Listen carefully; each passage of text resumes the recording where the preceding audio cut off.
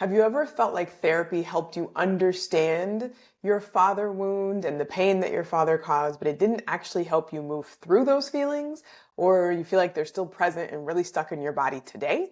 My name is Asha Wilkerson, and I'm an intuitive guide and healer for Black women who are looking to reconnect their intuition, their ancestors, and themselves. Today, I'm going to tell you a little bit about how I began healing my own father wound and where I am in the process right now, which is so much further along than where I started. In this video, I'll share with you 3 steps that I took to begin my healing process so that I could go from being stuck to reclaiming my voice and safety. And this is exactly what so many of my clients have experienced as well. Now, before we get started, I know that the father wound can often make it hard for you to express your needs, and I want you to get good practice at being able to express yourself confidently and without shame. So I created a 21-day needs journal for you to dig in, dig deep, see what it is that you need, and to be able to express that confidently, all within a 3-week period. I have the link below so you can download it, and it's totally free. All right, let's get right into it. The first thing is that therapy helped me put words to the pain that I was experiencing, but therapy didn't help me actually move through the emotions. So let me give you some of the backstory. I grew up with both of my parents in the home, but my dad was an undiagnosed narcissist. And I'm saying undiagnosed because there wasn't an actual diagnosis, and most narcissists don't actually go to therapy, so it's really hard to get them a diagnosis. But from everything that I had read, that he actually was a textbook narcissist, not just the colloquial term that we say where people are calling men narcissists left and right, but actually a real narcissist by definition.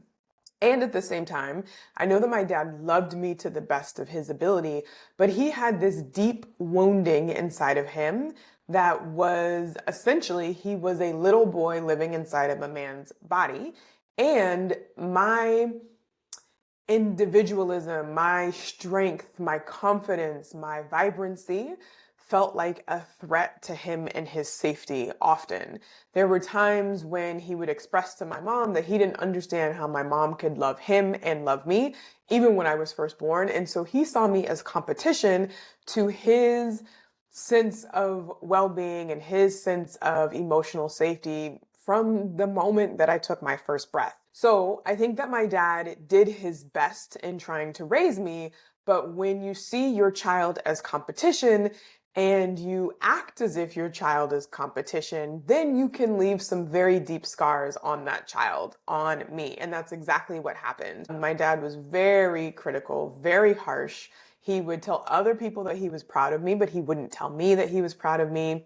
He was unresponsive to my needs, whether it was I'm hungry and I need to get some food. He would always put it off as my mom's responsibility or tell me that I could wait. I didn't have any emotional safety with my father. Even right before he died, I would share some things with him and then he would turn it back around and use it as an emotional attack on me.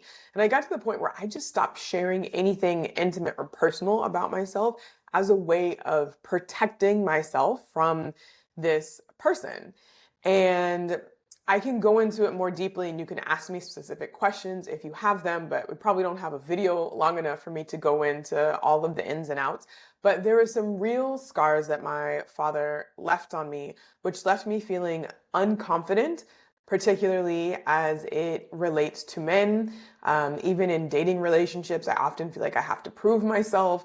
In business or just in the world, I feel like I have to give you so much value before I can ask you to purchase something from me. I was left not being able to trust my intuition because I would know things as a kid, and then my dad would either gaslight me or just tell me I was wrong, or he would just use his authority as a parent to shut me down. And so I learned not to trust my intuition and my inner wisdom. I learned that it was better not to express my needs and to be as independent as possible and to not need anything, because that felt emotionally more safe than asking him to support me in the way that a child does. You know, I need a hug, or can you show up to this event, or I need school clothes or something like that. And then having that need request turned around as a negotiation tactic. So I learned very early on to take care of myself emotionally and not to need too much, not to be too much. And even though I have begun my healing journey, those things, those remnants still show up in my relationships today. And I'm working very, very hard to change them. So I went to therapy early on to try and help me understand what was going on and to change the dynamics of the relationship between my father and me. And therapy gave me the words. It helped me to understand what was going on. It helped me to see the game that my dad was playing. It helped me to see the emotional manipulation that was happening. And the words gave me power because I could explain it, but therapy didn't actually help me feel what was going on. I felt like if I could explain it and understand it, maybe it shouldn't hurt so badly. But what I realized as I got older is that the words and the understanding allowed me to have this emotional bypassing. For better or worse, on our road to healing and on our road to creating emotional safety, you have to go back and revisit those moments and those feelings of discomfort, those emotions that you're trying to suppress so that they can actually be released from your body. And if you only have words to describe them, you don't actually feel them. And then you bypass or you forego or you miss the opportunity to actually heal on a cellular and on a body level. So how would this show up? It would show up in relationships, dating relationships, where I am trying to explain myself and over-explain myself to the person that I'm dating because I just want them to see me. And that is the pattern that I developed with my dad. I wanted him to see me. And with a parent-child relationship, you don't get the choice of just walking away as a child. So often children negotiate with their parents for that visibility. And we take on this responsibility as if it is our fault that they're not able to show up for us. Or if we were just better children, or if we could just catch their attention more, maybe they would show up differently and actually love us the way that we want to be loved. But that's not actually true. And if we don't understand what has happened, and if we don't allow ourselves to experience those feelings again of feeling unloved or feeling frustrated, we'll continue to repeat that same pattern, that same cycle that we didn't get to close out with our parent. So what I realized was that the words were really helpful, but somehow I needed to release this emotion from my body. So if you find yourself in a situation where you understand what has gone on between you and your father, or maybe even you and your mother, but you're still trying to prevent yourself from feeling like that again in the future, I would bet my last dollar that you need to do some somatic or emotional release of that energy that's stuck in your body. Because I bet when you meet somebody new, you are hyper vigilant because you don't want to go back to those same feelings that you had as a kid or as a young adult. And so now there's some projection onto that person in front of you because you don't want them to take you back there. But the reason why they might be able to take you back there so easily is because there's still some processing that needs to be done in your own body because these emotions are right at the surface. They're hot button, they're triggers for you, but they don't have to be triggers for you, or they won't be as triggering when you allow your body to release the emotions and to process them. So if you are in therapy, working on healing the father wound, stay in therapy, but also add some emotional practices or some somatic practices like breath work or hypnosis or dancing or tapping or any of the other spiritual, energetic, emotional release practices that you can find to help you process and move the emotions through your body. The second thing that I did on my healing journey to begin to heal the father wound was to go back and to revisit myself in those younger days and to understand what I needed to feel emotionally safe. So, for example, for me, I felt like I was never heard as a kid. My dad did not care about my opinion. He didn't care about what would make me feel safe. I felt like I had to protect myself. And so how does that show up for me today in practice? It's hard for me to ask for help. I feel like I am 100% responsible for my own emotional safety, which is true, but I take more responsibility than I should for the safety, meaning that there's a part of me that still subconsciously believes that if I can just explain myself enough, then this person will understand why my safety is important. But when I'm actually standing in full power, I understand that my safety is important, and I walk away from the people who are unable to provide it for me or unable to meet me there instead of negotiating with them for them to come and see me. The parent and child dynamic is very interesting, particularly in Black families or families of color, because we come from a tradition where children are supposed to be seen and not heard. You're not allowed to talk back to your parents. There's all this reverence and respect that is given to your parents, and a lot of times our emotional needs are not met. What I needed as a child and what I still need today is for someone to say, okay, I hear you. I get it. I understand what you're saying. Even if they don't agree with me, that's fine. But that need for recognition and for validation that my opinion is my opinion and that it's okay is so important for me. And now I've gotten to a place, because I understand what I needed in the past, that little girl inside of me still needs that today. And if I hadn't gone back to look at what I needed to create emotional safety when I was a child, I wouldn't know how to advocate for my emotional safety today. So as you're moving through your healing journey, I want you to think about what you wished you would have had for emotional safety as a child and see if that still rings true for you in the present. And then take one more step and decide how you can show up for yourself to create that emotional safety. Maybe it's a boundary that you need to set. Maybe it's a practice you need to engage in. Maybe it's words that you need to hear reflected back to you. And you can ask your partner, your friend, your parent to give those words back to you. So my question for you today is, what is one feeling from your past that was hard for you to express? Or what was one need you had from the past that has been hard for you to express? Leave it in the comments below and I'll be sure to reply to you. Now, the third thing that I want to share with you today is the idea that recreating safety is an ongoing, daily, and regular practice. It takes courage to express what you want and what you need, especially if you're not used to having it validated, but it is a game changer. And this is the process of healing that father wound.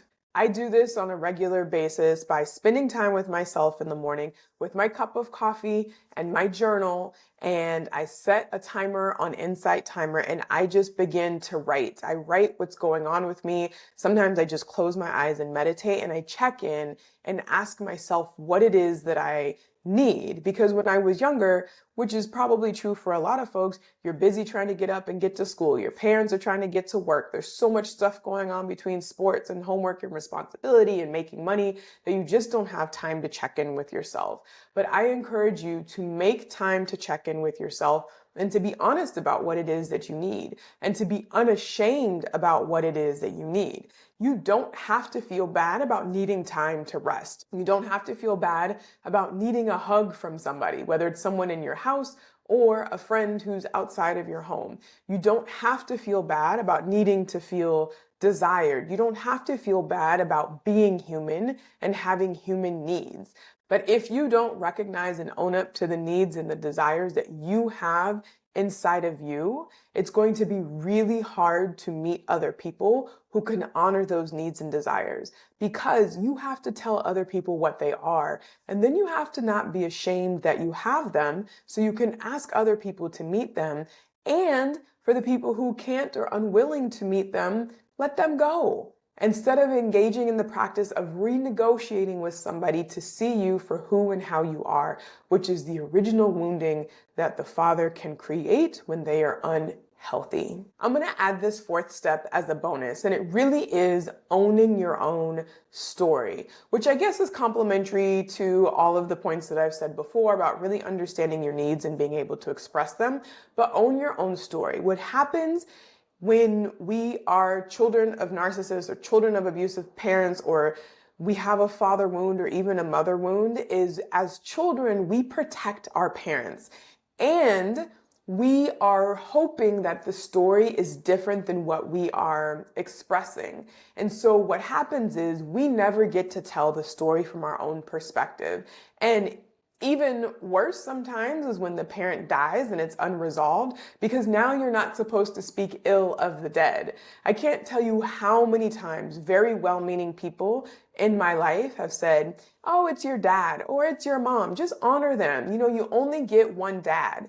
And they intended to be helpful, but what it did was dismiss the story that I was experiencing. It dismissed the feelings that I had. It dismissed the harm that was caused. Even as an adult, my friends have said, well, your dad is dead and gone at this point, so why are you still letting him have so much control over you?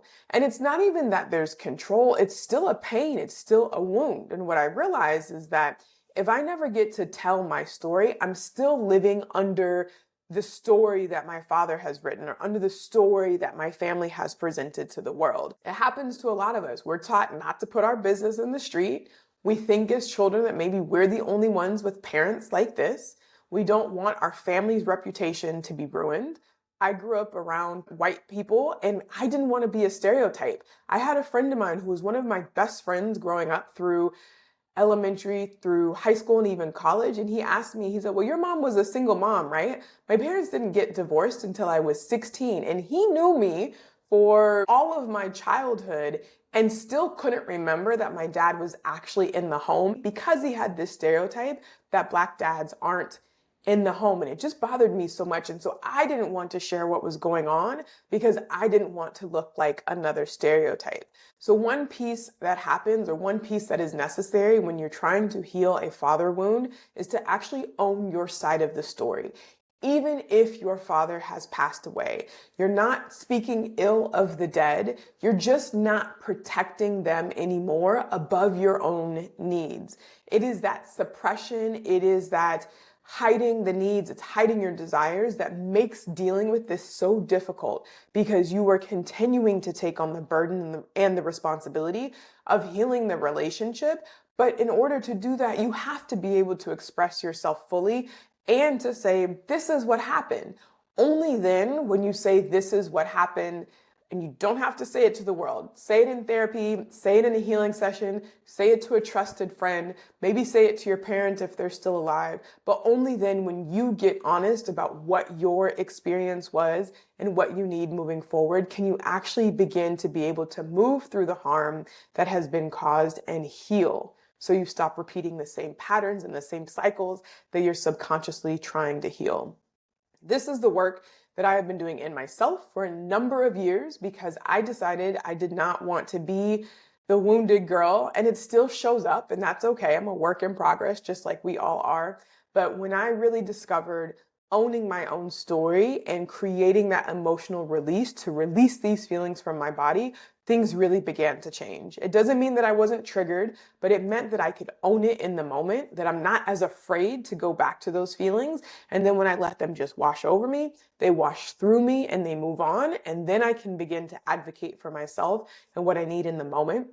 But I have to be real and honest with myself because I got to give it to myself first and then see if the person on the other side of that conversation can meet me there. I hope that this video resonated with you. I want you to know that if you have a father wound, that you're not alone, and I am never going to put it on you to just grow up and be the bigger person. No, your parent probably should have been a better parent, but they weren't. And so now we're going to work with you to make you feel comfortable owning your story and expressing your needs. If you want a free guide, please download the 21-day needs journal that is linked below. And if you are interested in possibly doing some coaching together for a 6-week program to heal the father wound, I have also placed that information in the description below as well. I want to say sincerely thank you for watching this video. I hope that it resonated with you. Please like and subscribe to the channel. Please also leave a comment below. And full disclosure, this is probably the most open that I have been about the relationship with my father publicly. My friends know what has happened, but I just felt this call in the past couple of weeks because I've been getting different messages and seeing that this father wound is still very present and we don't necessarily know how to move forward. I imagine now that I've broken the seal on communication and feel much better about sharing my story, that I will continue to share other parts of my story because my goal is that you recognize that you are not alone and my heart sees your heart and that we can work together to begin to heal so we can actually create the lives that we want that light us up and make us happy. All right, I'll see you next time.